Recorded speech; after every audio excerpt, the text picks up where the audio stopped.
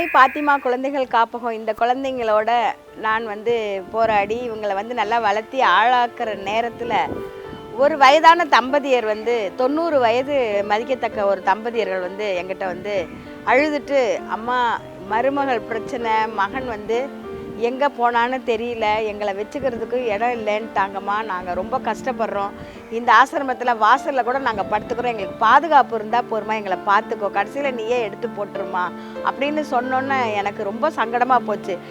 இதுதான் அங்கே mother Teresa ஹோமில் கூட இதே மாதிரி தான் வந்து நிறைய பேர் பாதிக்கப்பட்டு புறக்கணித்து அந்த அன்னை தெரேசா கூட வந்து எங்ககிட்ட சொல்கிறப்போ, எல்லா சமூக சேவையாளர்கள்ட்டையும் அவங்க சொல்கிறப்போ, இன்றைக்கு வந்து காலத்தின் கட்டாயத்தில் முதியவர்களுக்கு வந்து ஒரு பாதுகாப்பு இல்லை, முதியவர்கள் பல பிரச்சனைகளில் அவங்க வந்து சங்கடப்பட்டுட்டு இருக்கிறாங்க. ஏன்னா அந்த நாளில் வந்து ஒரு கூட்டு குடும்பமாக இருந்தது. கூட்டு குடும்பமாக இருந்து இன்றைக்கி வந்து அது கூட்டு குடும்பமெல்லாம் போய் ஒரு மாடரேட்டாக ஆனோன்னு அந்த கூட்டு குடும்பங்களாக பிரிஞ்சு ஒரு காலில் ஒரு கொலுசு போட்டால் கூட ஒரு பெண் குழந்தை வந்து எந்த இடத்துல இருக்குதுன்னு கண்டுபிடிச்சி அந்த பெண் குழந்தை கால் கொலுசு அப்போ போட்டு அழகு பார்த்தாங்க. ஆனால் இப்போ வந்து ஒத்த கொலுசு ஒத்த இது அந்த மாதிரி ஒரு மாடரேட் ஆகிடுச்சு. இப்படி ஒரு நினைப்பு இருக்கிறப்ப தான் இந்த மாதிரி பெரியவங்களுக்கும் வந்து இப்படி வந்து ஒரு நம்ம ஏன் தொடங்கக்கூடாதுங்கிறது தான் இம்மிடியேட்டாக நான் வந்து அன்னை இல்லம் அப்படின்ட்டு என்னுடைய அம்மாவையும் அன்னை தெரேசா, அன்னை ஆசிரம் பாண்டிச்சேரி, இந்த மாதிரி ஒரு 3 பக்கத்துலேயும் அன்னைன்னு வர்றதுனால ஒரு அன்னை ஆசிரமாகவே இருக்கட்டும், அன்னை இல்லமாகவே இருக்கட்டும் அப்படின்னு அன்னை இல்லம்னு ஒரு முதியோர் இல்லம் தொடங்கினேன்.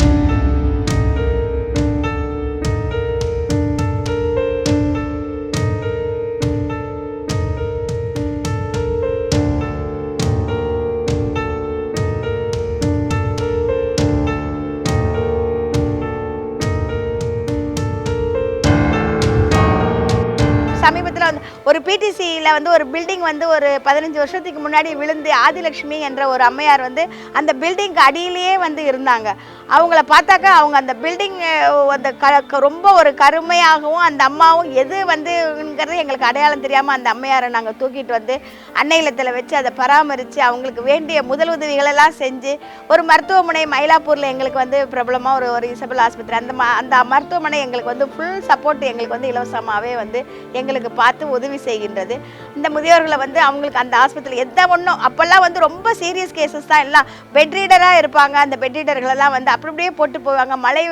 மழை நிறையா வரும், இல்லை வந்து ஒரு பராமரிப்பு இருக்காது, ஒரு பொருளாதார சூழ்நிலை எல்லாமே பாதித்து மாடரேட் ஆக ஆக ஆக ஆக பெரியவர்கள்லாம் வந்து புறக்கணிக்க ஆரம்பிக்கிறப்ப தான் முதியோர் இல்லங்கள் வந்து நிறைய அங்கங்கே வந்து எல்லாம் தொடங்க ஆரம்பிச்சிருக்கிறாங்க. ஆனால் முதியோர் இல்லங்களே இருக்கக்கூடாதுங்கிறது தான் என்னுடைய ஆதங்கம். முதியோர் இல்லங்கள் வந்து ஏன் இருக்கக்கூடாதுன்னா, இந்த காலத்தில் குழந்தைங்களுக்கு நம்ம சொல்லிக் கொடுக்கணும், ஒரு பாதுகாப்பு இருக்கணும்.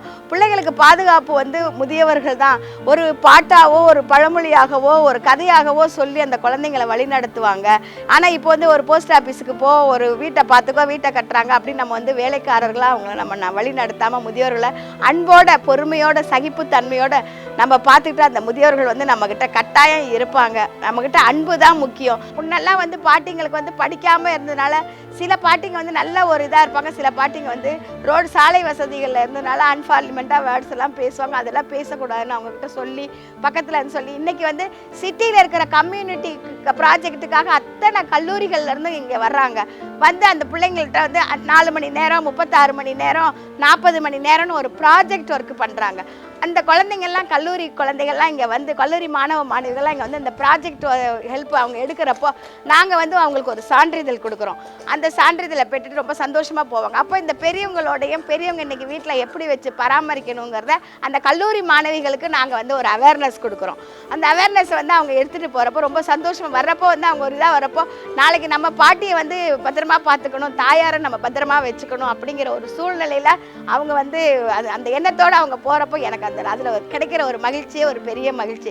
நம்ம செய்கிற சர்வீஸ் வந்து வீண் போகலை அப்படின்னு. இன்றைக்கி வந்து காலத்தின் கட்டாயத்தில் எல்லா கல்லூரிகள் +1 +2 மாணவிகள் எல்லாருமே வர்றாங்க. டைம் கேட்டுட்டு எங்களுக்கு வந்து 12 மாதம்னாக்கா அந்த எங்களுக்கு மாதங்கள் பத்தலை, வாரங்கள் பத்தலை, நாட்கள் பத்தலை எங்களுக்கு. இருந்தாலும் நாங்கள் வந்து நேரங்களையும் வாரங்களையும் நாங்கள் பிரித்து கொடுத்து எல்லா கல்லூரிகளுக்குமே நாங்கள் வந்து கரெக்டாக நாங்கள் நடந்து அந்த 100 ஸ்டூடெண்ட்ஸு திடீர்னு வந்துடுவாங்க, 40 ஸ்டூடெண்ட்ஸும் வருவாங்க. அதே போல் வெளிநாட்டு மாணவிகள் கனடா, யுஎஸ்ஸு, சைனா போன்ற நாடுகள்லாம், யூரோப்பு இந்த மாதிரி போன்ற நாடுகள்லேருந்து 10 மாணவிகள் என்ஏசி மயிலாப்பூர்லேருந்து அவங்க வந்து அனுப்பிச்சு அந்த ஸ்டூடெண்ட்ஸ் வந்து இங்கேயே வந்து ஒரு மாதம் தங்கி இந்த குழந்தைங்களுக்கும் இந்த பெரியவங்களுக்கும் அவங்க செஞ்ச ஒரு சர்வீஸு, டீச்சிங்கு, அவங்க வந்து ஒரு பயின்ற படிப்பு, அவங்களுக்கு நம்ம புடவை கலாச்சாரத்தை அவங்களுக்கு நம்ம சொல்லி கொடுத்து அவங்க வந்து அந்த ஆங்கிலத்தில் இந்த குழந்தைங்களோட ஷேர் பண்ணிக்கிற விதம், அதெல்லாம் எனக்கு ரொம்ப போகிறப்போ அவங்க எங்கிட்ட இந்த சான்றிதழ்கள் வாங்குறப்போ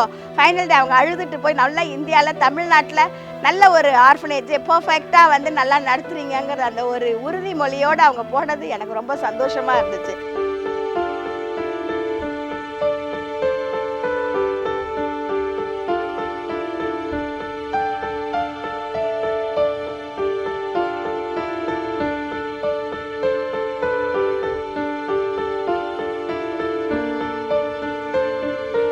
இந்த குழந்தைங்க எல்லாம் வந்து படித்து முடிக்கிறப்ப குவார்ட்டர்லி, ஹாஃப் இயர்லி, ஆனுவல் அந்த லீவ் அப்போ சும்மாவே நான் இருக்க விட மாட்டேன்.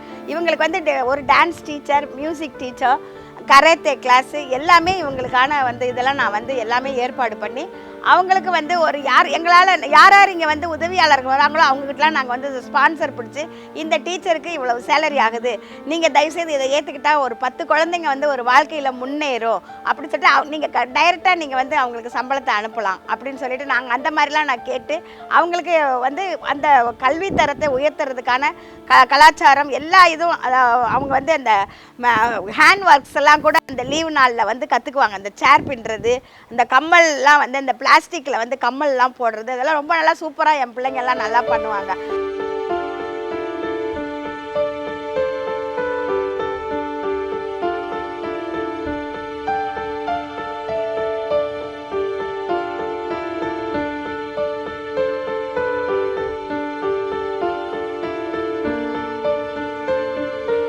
அதே போல் அவங்கள வந்து வெளி ஊருங்களுக்கு அழைச்சிட்டு போய் லீவ் அப்போ அந்த ஆனுவல் லீவில் அப்போ கொடைக்கானல் இந்த மாதிரிலாம் நான் அழைச்சிட்டு போயிருக்கிறேன்.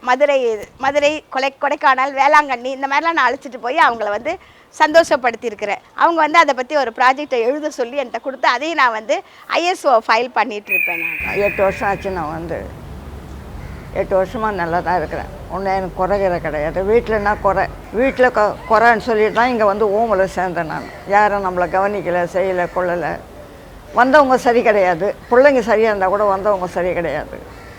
அவர் செத்து 1 வருஷம் வீட்டில் இருந்தேன். அதுக்கு மேல்பட்டு தான் கிளம்பினேன். வந்து அவர் செத்தை விட்டுட்டு தானம் பண்ணிவிட்டு 1 வருஷம் இருந்தேன். உன்னால் எங்களுக்கு கஷ்டமாக இருக்குது, நீ வெளியே போ அப்படின்னாங்க. அவ்வளோதான். வெளி உலகமே தெரியாது. அப்புறம் தான் அவர் செத்த பிற்பாடு தான் வெளி உலகமே தெரிஞ்சது. எனக்கு நிம்மதியாக தான் இருக்கிறேன் இங்கே.